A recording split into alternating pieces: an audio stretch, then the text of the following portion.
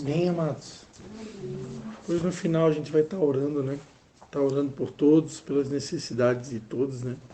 Como a gente sempre faz, amém?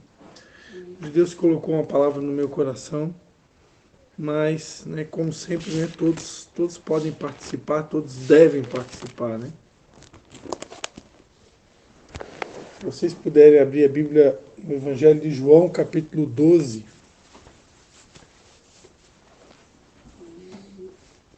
Eu quero ler dois textos, tá? Eu vou ler João 12 e depois Mateus também. João 12, todo mundo achou? Eu vou ler só 3 versículos, tá? João 12, depois Mateus 27, 57. Diz assim a palavra de Deus. 6 dias antes da Páscoa, Jesus chegou a Betânia, onde vivia Lázaro, a quem ele ressuscitara dentre os mortos. Ofereceram-lhe ali um jantar. Marta servia e Lázaro estava entre os que reclinavam à mesa com ele. Então Maria tomou uma libra de um nardo puro, um perfume muito caro, ungiu os pés de Jesus e os enxugou com os seus cabelos, e toda a casa se encheu com a fragrância do perfume. Amém? Amém. Agora, Mateus 27, 57, diz assim: Chegada a tarde, veio um homem rico de Arimateia, chamado José, que também era discípulo de Jesus. Este foi ter com Pilatos e lhe pediu o corpo de Jesus. Então Pilatos mandou que lhe fosse entregue.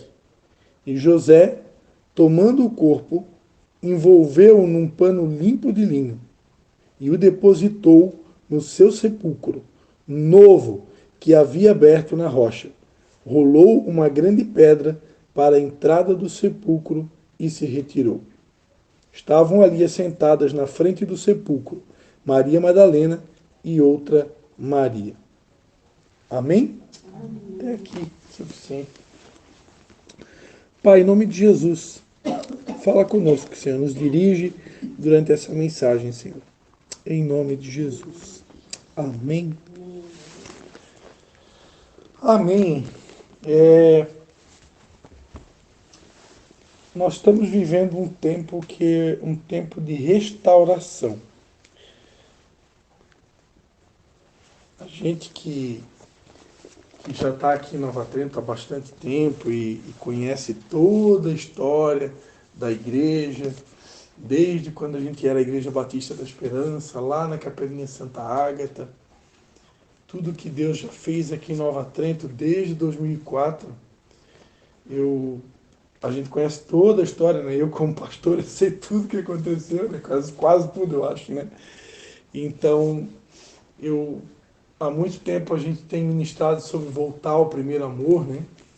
E eu vejo assim que Deus ele vai trabalhando, ele vai quebrando o vaso, ele faz o vaso de novo, ele quebra o vaso, ele faz o vaso de novo, ele quebra o vaso e faz de novo.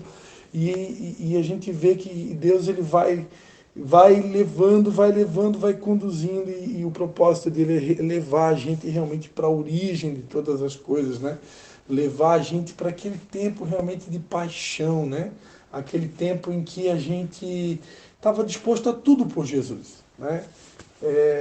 Uma das passagens na Bíblia que mais me preocupa, né? Esse texto lá de Apocalipse, a igreja, quando João, na ilha de Patmos, ele recebe a revelação do Apocalipse e ali ele recebe várias cartas para várias igrejas, né? E uma das cartas foi a igreja de Éfeso, né? E ali ele fala de uma igreja que tinha obras, que era uma igreja perseverante, mas era uma igreja que tinha deixado o primeiro amor, né? E aí ele diz, olha, arrepende-te e pratica as primeiras obras, né? Então Deus ele está o tempo todo querendo nos levar ao primeiro amor. E o primeiro amor é uma coisa assim muito íntima de cada um, porque só cada um aqui sabe Se a gente, aqui todos que estão aqui hoje já têm algum tipo de experiência com Jesus, né? Não temos aqui hoje convidados, né? Então todos nós, se a gente, como diz a minha esposa, né, puxar pela memória, é uma expressão da pastora Patrícia, né? Se a gente puxar pela memória ou pedir ao Espírito Santo que nos recorde o que foi para nós o tempo do primeiro amor, ele vai levar exatamente a gente naquele momento que eu considero assim o auge ou o ápice da nossa caminhada cristã, quando a gente realmente estava apaixonado por Jesus, disposto a qualquer coisa por ele, né? A gente não media no horário, não se preocupava com nada, a nossa vontade era uma só, agradar o nosso Jesus, né? Então eu vejo que Deus ele está nos arrastando para esse lugar, esse tempo de primeiro amor, um tempo de realmente voltar a se doar por Ele, né? É uma palavra que Deus tem nos dado muito aí nos últimos 2 anos, Romanos 12:1, né? Rogo-vos, pois, irmãos, que apresentei os vossos corpos como sacrifício vivo, santo e agradável a Deus, porque esse é o vosso culto nacional, né? E não vos conformeis com este século, né? Não tomem a forma desse século, não se amoldem, né, aos costumes, aos hábitos do mundo, do Egito, né? De vez em quando Satanás ele vem com aquela história, que saudade dos melões, dos pepinos do Egito, né? Ou seja, que saudade das coisas que eu praticava quando ainda não estava ao lado de Jesus. Então o inimigo está tentando, de uma forma ou de outra, querer dizer para nós que as coisas do mundo são mais prazerosas do que a presença de Deus, do que o amor de Deus, quando na verdade não é, né? Nada pode se comparar ao amor de Deus, nada se compara à presença de Deus, nada se compara à glória de Deus, nada se compara ao que Deus tem para nós, né? Nem olhos viram, nem ouvidos ouviram, nem jamais penetrou no coração de homem algum as coisas que Deus tem preparado para aqueles que o amam. Mas o diabo está sempre tentando nos seduzir de alguma forma, né? E a palavra de Deus diz que a gente não pode tomar a forma desse século, e também diz que nós precisamos nos oferecer como um sacrifício vivo, né? A fim de que o reino de Deus seja implementado na terra. E para a gente chegar nesse nível de estar disposto a se oferecer como um sacrifício vivo a Deus, eu preciso estar realmente apaixonado, eu preciso estar realmente amando a Jesus, eu preciso realmente entender o que Ele fez por mim lá na cruz, né? E Deus quer nos levar para esse lugar. Eu vejo que Ele está nos empurrando o tempo todo para esse lugar. E em se tratando disso, por que eu estou fazendo essa introdução? Porque essa palavra que Deus me deu hoje é uma palavra que faz parte de uma mensagem que eu escrevi para o site da Igreja Batista da Esperança há muitos anos atrás, né? Quando a Igreja Batista da Esperança tinha um site. Na época o apóstolo Luiz Carlos tinha me pedido para escrever 2 matérias para o site, e eu estou lembrando disso porque domingo eu preguei lá em Canelinha, e aí eu falei de uma matéria que a minha sogra, Dona Iná, escreveu para o site, né? E a matéria que ela tinha escrito para o site na época era Seja Você Mesmo. Eu nunca vou me esquecer, né? Seja Você Mesmo. E uma das matérias que eu escrevi para o site, uma delas era Consolidando a Estrutura da Visão, é uma matéria bem complexa sobre adoração. E outra matéria que eu escrevi para o site foi sobre a importância e a necessidade de investir no corpo de Jesus. E investir no corpo de Jesus, estar disposto a investir no corpo de Jesus, é uma característica de alguém que está vivendo o primeiro amor, de alguém que está apaixonado por Jesus. E aí eu peguei aqui, para a gente meditar na noite de hoje, 2 exemplos bíblicos de 2 pessoas que realmente estavam apaixonadas por Jesus, que estavam dispostas a pagar um preço alto por Jesus. Foi o que aconteceu aqui, né? Primeiro exemplo foi Maria, né? Maria, irmã de Lázaro, irmã de Marta. A Bíblia diz que antes da Páscoa, Jesus tinha chego a Betânia, onde estava Lázaro, né? A quem ele ressuscitara dentre os mortos. E ali eles ofereceram para Jesus um jantar. A Bíblia diz que enquanto estavam servindo o jantar, Marta servia, como já é de costume, né? Marta sempre servindo, e Lázaro estava entre os que reclinavam à mesa com ele, né? Lázaro aqui estava fazendo meio estilo João, né? Reclinado ali perto do peito de Jesus, eu imagino. E enquanto Lázaro ali estava pertinho de Jesus, Marta servindo, a Bíblia diz então que Maria tomou uma libra de um nardo puro, um perfume muito caro, e ungiu os pés de Jesus e os enxugou com os seus cabelos. E toda a casa se encheu com a fragrância do perfume.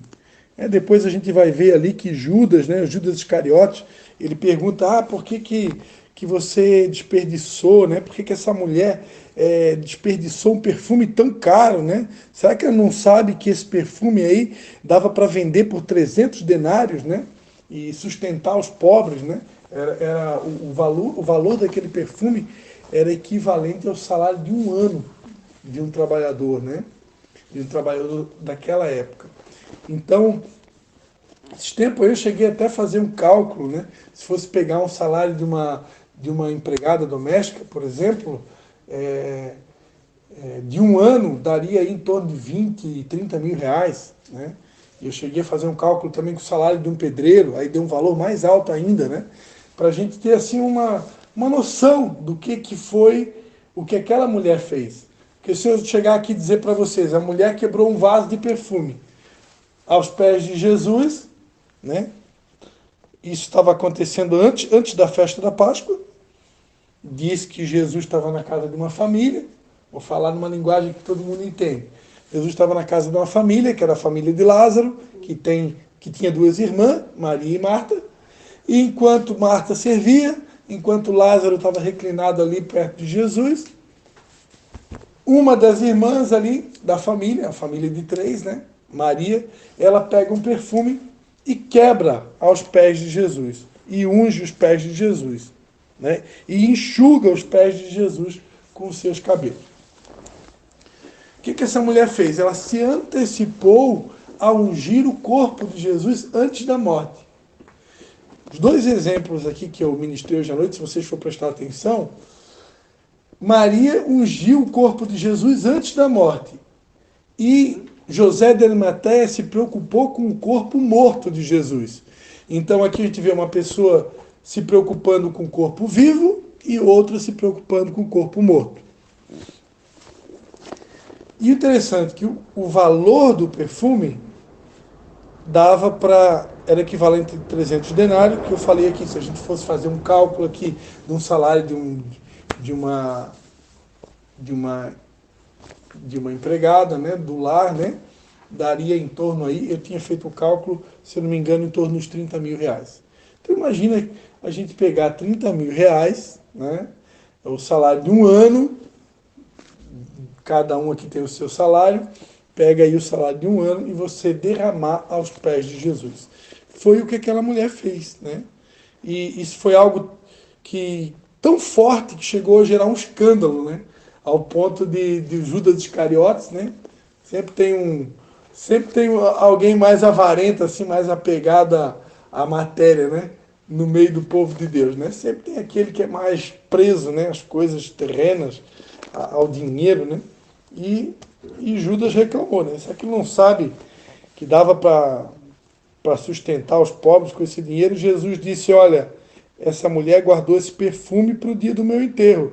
Vocês sempre terão os pobres convosco, mas a mim nem sempre vocês vão ter.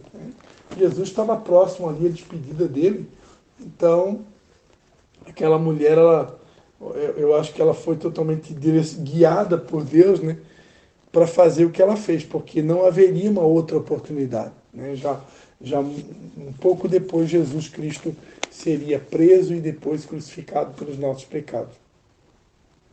Então aqui a gente vê um exemplo de uma mulher que deu algo muito valioso para Jesus, e depois no Evangelho de Mateus, como eu tinha lido, é o exemplo de José de Arimateia, né?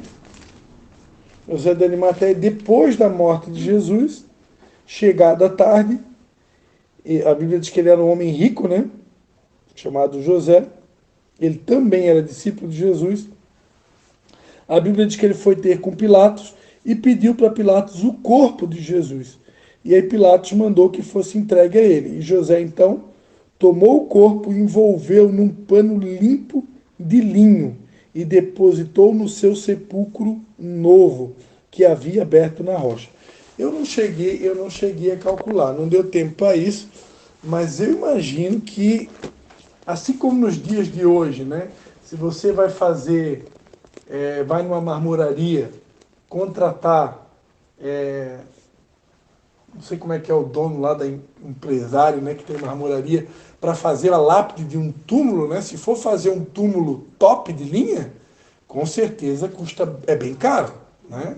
Porque o mármore é caro, né? Se for botar uma pedra qualquer, não é tão caro, mas o mármore é. Então, se fizer um túmulo lá top de linha, tudo com mármore, deve ser uma fortuna. Então, eu não sei, eu não cheguei a fazer cálculo, mas eu imagino que esse túmulo novo que José de Arimateia ele tinha,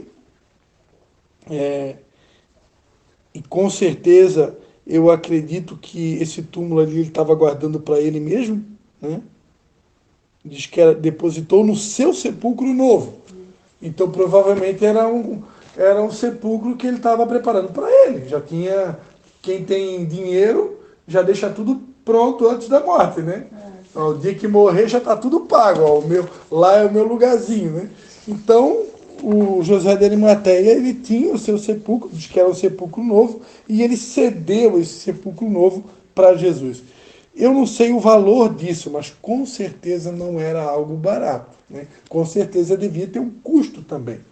E José de Arimateia, ele fez isso por Jesus, por um corpo morto, né? E a gente sabe que o corpo de Jesus, na atualidade, ele representa a igreja. A igreja é o corpo de Cristo, né?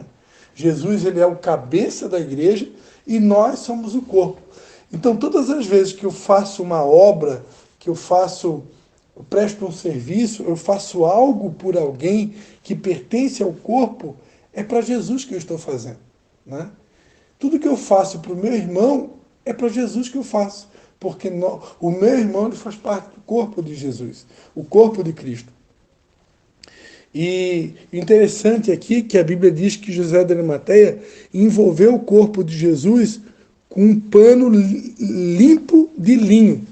E a Bíblia diz lá em Apocalipse que a noiva estava ataviada e pronta para se encontrar, pronta para o casamento, né? Isso está lá em Apocalipse 19. Quando a igreja ficar pronta para o casamento com Jesus, a Bíblia diz que essa noiva, que foi-lhe dado de vestir linho fino, resplandecente e puro. O linho fino são os atos de justiça dos santos. Apocalipse 19, 8.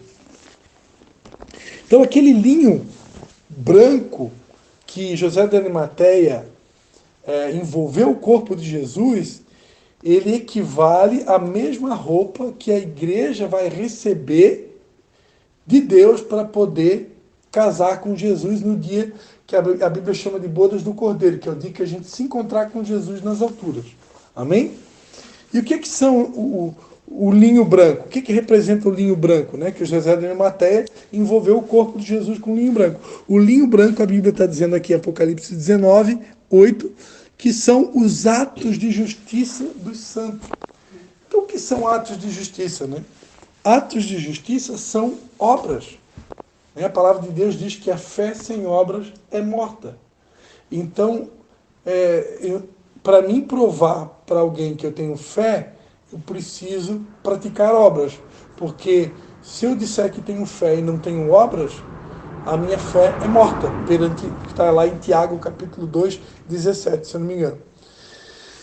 Então, uma das maneiras muito simples de demonstrar o meu amor para com Jesus é cuidar do corpo dele, né? É fazer obras, é praticar boas ações, né? Domingo agora, Tem uma moça que está aqui entre nós, né? Uma moça com mais de 40 anos, que ela resolveu, preparou um café da tarde para nós, dona Valquíria. Mas pensa no café da tarde. Não era um café comum, era um café que tinha guardanapo top, né? Lembrancinha, mil e uma coisa, né? Nem Salomão, em toda a sua glória, acho que tomou um café daquele, né? Então, é uma das formas, né, da gente fazer o bem para alguém, né? Demonstrar o nosso amor, né? E quando a gente faz isso para alguém que é do corpo, né? A Jandira, de vez em quando, ela faz aí um chá aí, que eu não sei se é com gengibre, o que é aquilo lá, que se tiver frio esquenta até a alma, né? Então, às vezes a gente pensa assim, né? Como que eu vou fazer atos de justiça? Como que eu vou fazer obras, né? Como que eu vou cuidar do corpo de Cristo, né? Não necessariamente que tem que ser com grandes feitos, né? Os exemplos que a gente viu aqui, tanto José de Arimateia como a Maria, foram coisas grandiosas, né? O que eles fizeram foi algo muito grande. Imagina, né?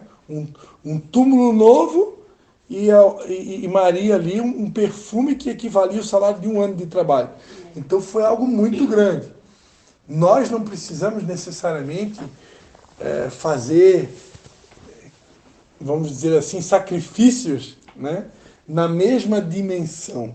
Mas Deus deixou esses exemplos na Bíblia, tanto José de Arimateia como Maria, como uma grande lição para nós, né? Porque às vezes nós fazemos algo para Deus, ou vamos falar aqui de investimento financeiro, né? Porque todos os dois aqui foram investimento financeiro, né? Tanto José como Maria foi investimento financeiro. Ali teve que ter sacrifício, né?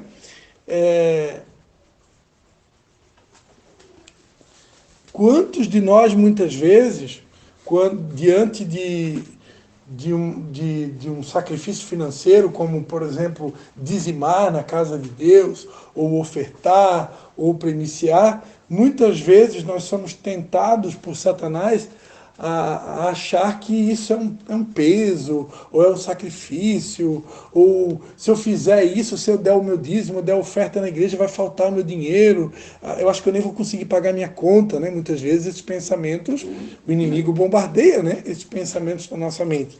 Agora, quando a gente olha para o exemplo dessa mulher e de José da Arimateia, a gente se sente diminuído, porque a gente pensa assim, poxa, eu estou tendo, às vezes, dificuldade de entregar uma parte do que eu ganho para Deus como forma de gratidão a Ele, enquanto que essa mulher aqui entregou o salário de um ano, enquanto que esse homem aqui pegou o sepulcro novo que ele tinha e doou para Jesus para um corpo morto, nem era vivo. Se Jesus estivesse vivo, né? Poxa, né? Aí eu estou investindo em alguém que está vivo, como foi o caso de Maria, né? Agora, José de Arimateia, não. José de Arimateia investiu num cadáver. Quem aqui teria coragem de pegar um valor alto e investir num cadáver? Né? Já é um sacrifício também grande, né? Isso traz muitas lições. Se a gente fosse ficar aqui meditando nessa passagem, o corpo de Jesus vivo, ele representa a igreja viva. E o corpo de Jesus morto representa a igreja morta. Pastor, o que é a igreja viva e o que é a igreja morta? Existe uma igreja viva e existe uma igreja morta. Igreja viva é a igreja que está ativa. É a igreja que o sangue está pulsando, o sangue de Jesus está pulsando no corpo dela e ela está ativa, ela está viva, ela está interagindo, ela está agindo, ela está praticando obras, ela está evangelizando, ela está praticando os atos de justiça. Nós poderíamos dar vários exemplos aqui de atos de justiça. Visitar um doente, orar por um enfermo, fazer uma boa obra, servir um cafezinho, como a gente falou aqui o exemplo, né? Dar um copo d'água para alguém, visitar um orfanato, orar, né? Ajudar um mendigo, dar fazer, ajudar os pobres, né? O órfão, a viúva, o estrangeiro. Então, ajudar até mesmo, às vezes, né, um exemplo que Deus falava muito comigo no passado, a gente às vezes fazia um comes e bebes no final da célula, e quando tem muita gente, dá aquela montoeira de louça, né? E é muito comum da gente, porque tem compromisso no outro dia, a gente vai embora e deixa ali a dona da casa com aquela montoeira de louça, né? E eu me lembro perfeitamente, quando nós estávamos em tempo de primeiro amor, isso nunca acontecia. Quando a gente dá uma esfriada, aí a dona da casa diz assim, não, deixa que eu lavo, deixa que eu lavo. Aí a gente aceita fácil. Não, pode, então tá bom. Agora, quando a gente está apaixonado por Jesus e a dona da casa diz assim, deixa que eu lavo a louça. Não. Eu vou te ajudar a lavar e eu não saio daqui enquanto não ficar tudo limpinho.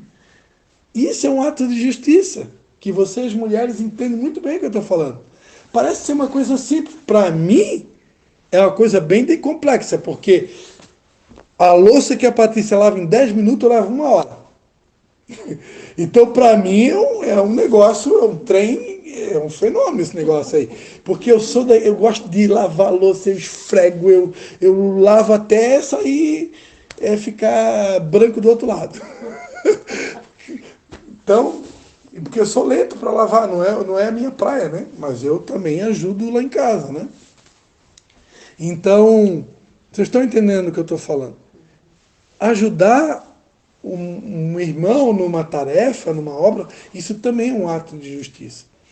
E quando eu estou apaixonado por Jesus, eu pratico obras, eu realizo atos de justiça.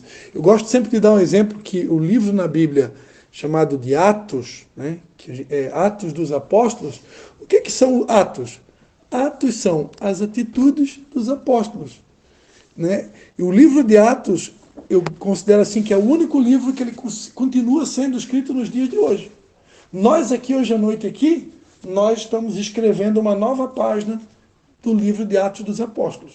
Aqui na Bíblia, ele foi encerrado, né? Como diz o italiano, foi sacramentado. Né? Tem quantos capítulos aqui o livro de Atos? Deixa eu só dar uma olhadinha aqui. Atos tem... vai até o 28, né? Atos 28. Na Bíblia ele vai só até o 28, capítulo 28. Mas o livro de Atos ele continua sendo escrito nos dias de hoje. Nós aqui, o que a gente está fazendo aqui hoje à noite, é uma continuação dos Atos dos Apóstolos de Jesus. Né? Se a gente for considerar que apóstolo significa aquele que é enviado com uma missão, todos nós aqui estamos sendo escolhidos por Deus para serem enviados com uma missão. O pastor Renier sempre fala que a igreja ela é apostólica. Por quê? Porque todos nós fomos escolhidos por Deus para ser enviados. A Bíblia, Jesus disse ide, né? Ide. A palavra igreja no Novo Testamento, no grego, é a palavra eclésia, que significa chamados para ir, ou seja, chamados para ser enviados. Enviados para quê? Para fazer discípulos, para cuidar do órfão, da viúva, do estrangeiro, para fazer boas obras. Né? A Leia aqui é outro exemplo. A Leia ela cuida dos pais dela. Né?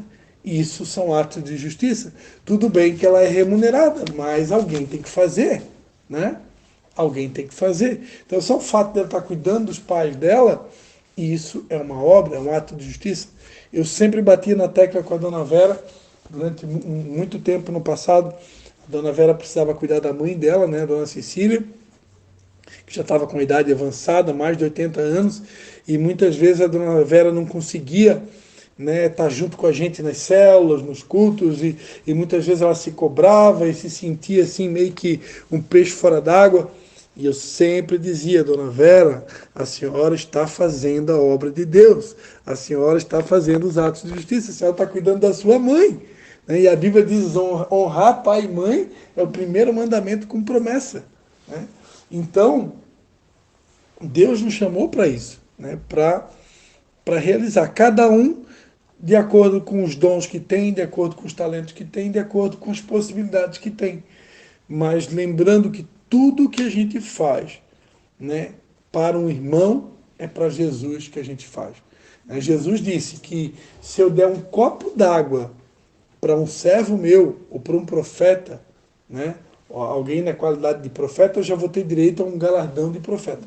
Se eu dou um copo d'água para alguém, né, é como se eu estivesse dando para Jesus. É muito importante a gente ter esse entendimento, porque isso vai fazer com que a gente valorize, né, cada oportunidade que Deus nos dá de servir alguém, de fazer o bem para alguém, de fazer algum tipo de obra. Lembrando que sempre que a gente faz para um irmão, é para Jesus que a gente está fazendo. Amém? Então essa é a mensagem que eu queria deixar para vocês na noite de hoje. Se alguém desejar compartilhar algo mais, é com vocês agora. Doutora Vera. Voz da sabedoria. Que eu acho sim também que ali ele valorizou o corpo morto de Cristo. Essa é a palavra, é valorizar as coisas, né? As coisas de Deus, a igreja que é o corpo dele, né? Dar esse valor, né? Tanto em obras, atos, em amor, sempre eu acho assim que tudo que a gente faz, em tudo, né, que a gente faz, né, pode ser a mínima coisa, mas fazer com amor, valorizar aquilo, porque se eu não valorizo aquilo que eu faço para dar para o outro, ele também não vai sentir esse valor, entendeu? Não vou transmitir esse valor. Eu acho que tudo que cai na mão da gente, que ela é valorizada, ela também é transmitida com valor. Essa palavra. Tudo que cai na nossa mão, que nós demos valor, pode ser a mínima coisa, pode ser uma ligação, pode ser uma conversa, pode ser um abraço, pode ser um carro, pode ser uma palavra, né? Mas se tu valoriza aquilo que está na tua mão, tu vai transferir ela para onde tu vai transferir para a pessoa que vai receber, ou para onde tu for, tu vai transferir com aquele amor também. A pessoa vai sentir vai sentir este valor, valorizado.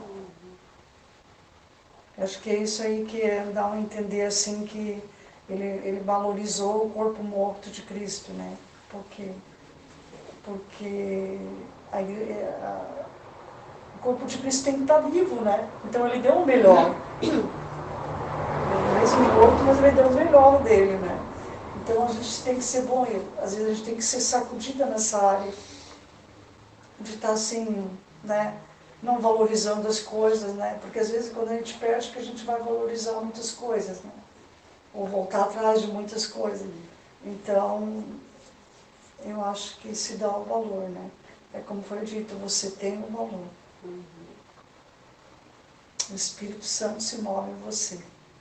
Acho que ela escutou a música do culto de domingo. Escutou a música.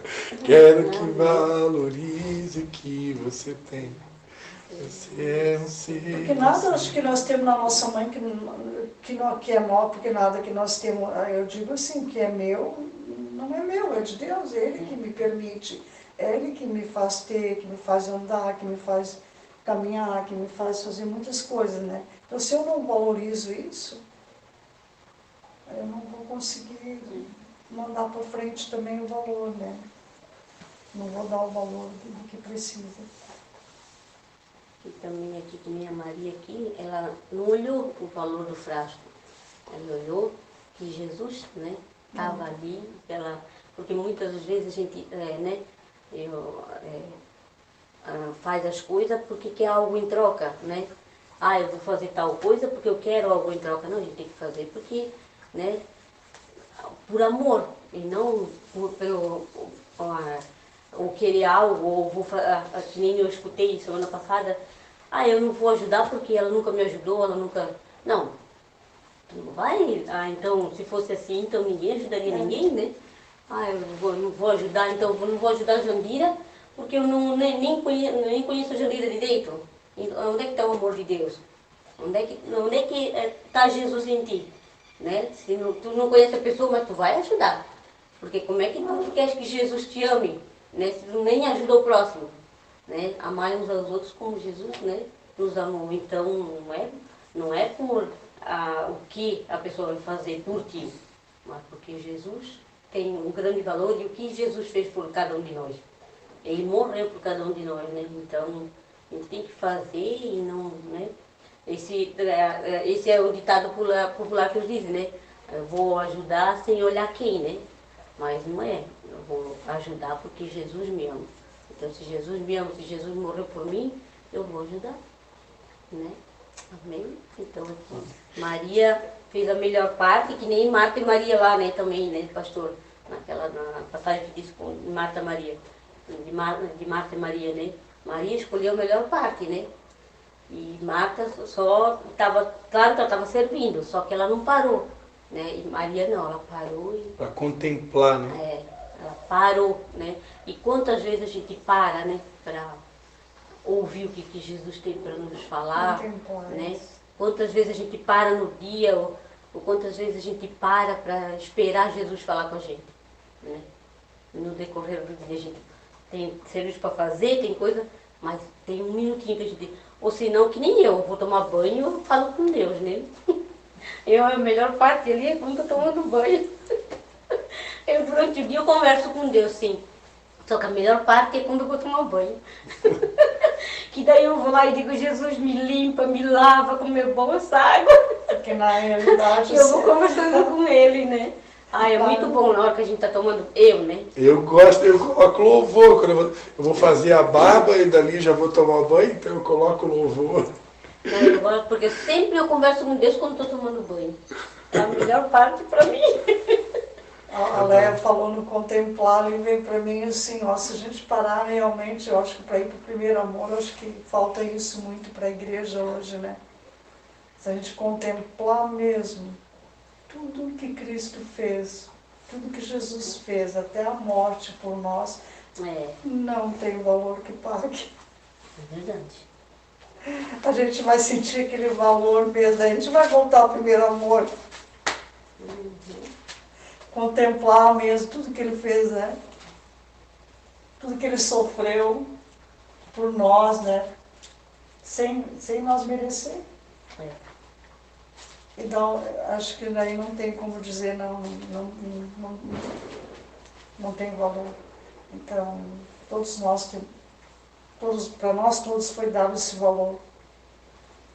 E a gente esquece porque a gente não contempla isso, a gente vai atropelando tudo, né? Atropela tudo. Muito trabalho, muita luta, muita discórdia, muito problemas. Às vezes o problema é assim, às vezes a gente aumenta assim ainda, né? A gente faz um problema maior.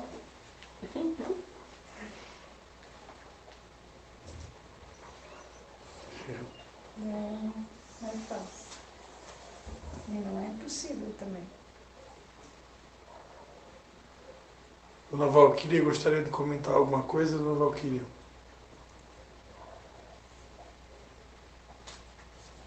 Captou alguma coisa? Sim. Amém. Jandira?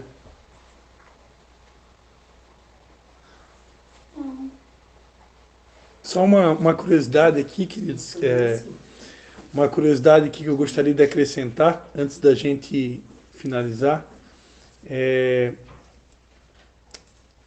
Deus tem me orientado, eu tenho compartilhado algumas devocionais, né? Do ano passado, né? E na devocional que eu compartilhei nessa madrugada, um dos textos que fazia parte da devocional está em Mateus 22, do 11 ao 14, né? Que diz assim, ó: E o rei, entrando para ver os convidados, viu ali um homem que não estava trajado com vestes de núpcias, e disse-lhe: Amigo, como entraste aqui, não tendo veste nupcial? E ele emudeceu. Disse então o rei aos servos: Amarrai-o de pés e mãos, levai-o e lançai-o nas trevas exteriores. Ali haverá pranto e ranger de dentes, porque muitos são chamados e poucos são escolhidos. Eu conversava com a minha mãe, né, pastora Mena, sobre essa passagem, né, e a minha mãe estava perguntando, Cristian, o que representa essa pessoa que entrou nas bodas, ela estava participando ali do casamento, né? Só que ela foi expulsa daquele ambiente porque ela não estava com a veste nupcial. Lembra o que eu falei? O que é a veste nupcial? Lá em Apocalipse 19, a veste nupcial são os atos de justiça.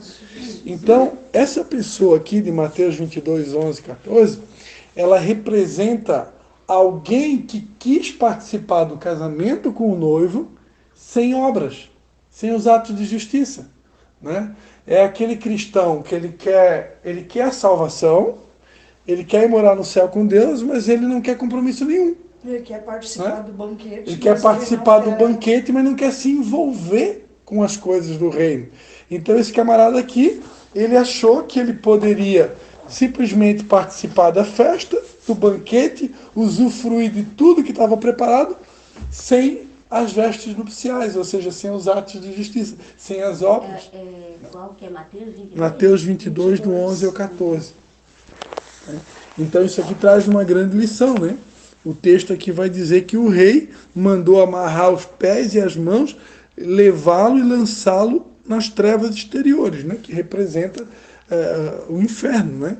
Então, claro que é uma parábola, mas as parábolas de Jesus, elas nos trazem grandes ensinamentos, né? Para a gente refletir e meditar, né? Mateus 22 é chamado da parábola dos convidados para as bodas, né? 22, 11, né? Isso, eu li do versículo 11 em diante, né? Que começa dizendo, né? O reino dos céus é semelhante a um rei que celebrou as bodas do seu filho. Enviou seus servos para chamar os convidados para as bodas, mas estes não quiseram vir. Né? E aí ele vai dizer, né, para os servos, né, que ele preparou um jantar, matou bois, né? Tudo estava pronto para o casamento, para a festa, né? E aí diz que muitos não fizeram caso e foram um para o seu campo, outro para o seu negócio, e o restante apoderaram-se dos servos, os maltrataram e mataram. O rei ficou com muita raiva, enviou o seu exército e destruiu aqueles homicidas e incendiou a sua cidade. Então disse aos seus servos: o banquete na verdade está preparado, mas os convidados não eram dignos. Ide às encruzilhadas e convidai para as bodas a todos os que encontrardes, né? Ou seja, né, esses servos representam nós, né? E Jesus está dizendo que nós temos que convidar todo mundo para essas bodas com Jesus. E saindo os servos pelos caminhos, ajuntaram todos quantos encontraram, tanto maus como bons, e a sala do banquete se encheu de convidados. Mas ali no meio da festa tinha uma pessoa que não estava trajado com vestes nupciais. Né? Então, o que fala dessa pessoa que acredita que pode participar do banquete com Jesus sem os atos de justiça, sem a prática das obras. Né? Então, isso aqui é uma grande lição. Na verdade, isso é uma revelação, né? Isso é uma revelação. Se a gente não tem um conhecimento da palavra de Deus como um todo, a gente não vai entender exatamente o que Jesus está querendo falar com essa parábola. Mas quando a gente vai lá para Apocalipse 19, a gente vê o que são as vestes nupciais, aí fica claro, né? Até tem um outro texto muito conhecido na Bíblia, que fala lá no Antigo Testamento, escrevendo Isaías, ele fala, né, que os vossos atos de justiça, se dirigindo ao povo de Israel, né, ele vai dizer que os vossos atos de justiça são como trapo de imundícia. Né? Trapo de imundícia, durante muito tempo a gente ensinou que era um pano que as mulheres usavam no período menstrual, né, quando na verdade depois estudando eu fui descobrir que o trapo de imundícia eram panos que eram usados para encobrir as feridas dos leprosos, né? E depois que aqueles panos estavam muito sujos, vamos dizer assim, eles eram descartados, né? E ali então aquilo eram os trapos de imundícia.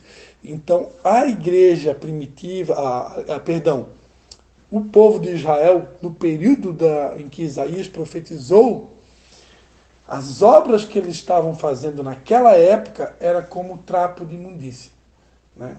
Por quê? Porque Deus é aquele que sonda os corações, ele vê as intenções do coração. Para Deus não basta apenas fazer obras, né? Deus vê também as intenções do nosso coração. Então, por isso que Deus considerou como trapo de imundícia. Mas Deus, a verdadeira obra mesmo, né? A verdadeira obra que sobrepuja todas as obras é o sacrifício de Jesus na cruz. O sacrifício de Jesus na cruz, eu considero ele assim, o grande ato de justiça. Porque com um só ato de justiça lá na cruz, com o seu sangue, com o seu sacrifício, Jesus ele cobriu toda a nossa vergonha, né? Toda a nossa vergonha foi coberta com um só ato de justiça. Então, embora nós sejamos convidados por Deus para praticar boas obras e praticar atos de justiça, o verdadeiro ato de justiça que realmente agradou o coração do Pai, e ninguém vai superar esse ato de justiça, foi o sacrifício de Jesus na cruz. Porque é o único ato de justiça que realmente foi capaz de cobrir toda a nossa vergonha, nos purificar de todo pecado e conceder a nós um passaporte para o céu. Hoje nós sabemos que nós não vamos morar no céu pela prática das obras. Nós vamos morar no céu através do ato de justiça que Jesus fez. Ele se desprendeu da glória dele para vir aqui sofrer por nós. Isso. Se despojou da sua glória.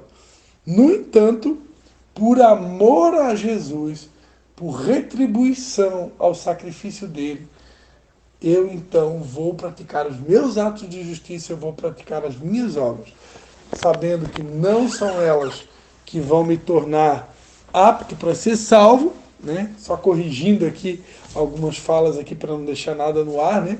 Para não deixar no ar aquela impressão assim que sem as obras eu não vou ser salvo. Não é isso. A fé sem obras é morta. Se eu não praticar obras, a minha fé ela é morta. Mas a salvação, deixar bem claro aqui, que ela não é por obras. A salvação é pelo sacrifício de Jesus. Então, já que a gente tocou no assunto do dízimo aqui, né? Eu já cansei de ver pessoas perguntar para mim, pastor, fulano não dá dízimo, ele não vai ser salvo? Não é o dízimo que vai salvar a pessoa. O que salva a pessoa é o sacrifício de Jesus, né? Nenhum tipo de obra ou ato que eu faça vai habilitar a minha salvação. Eu faço as obras, eu pratico o que tem que ser feito, o que a Bíblia ensina, por amor a Jesus é o que ele fez por mim, por obediência e por fidelidade, por reconhecimento. No entanto, a única coisa que me salva é o sangue de Jesus, é o sacrifício de Jesus, é o ato de Jesus lá na cruz do Calvário. Vamos dar uma salva de palmas para Jesus?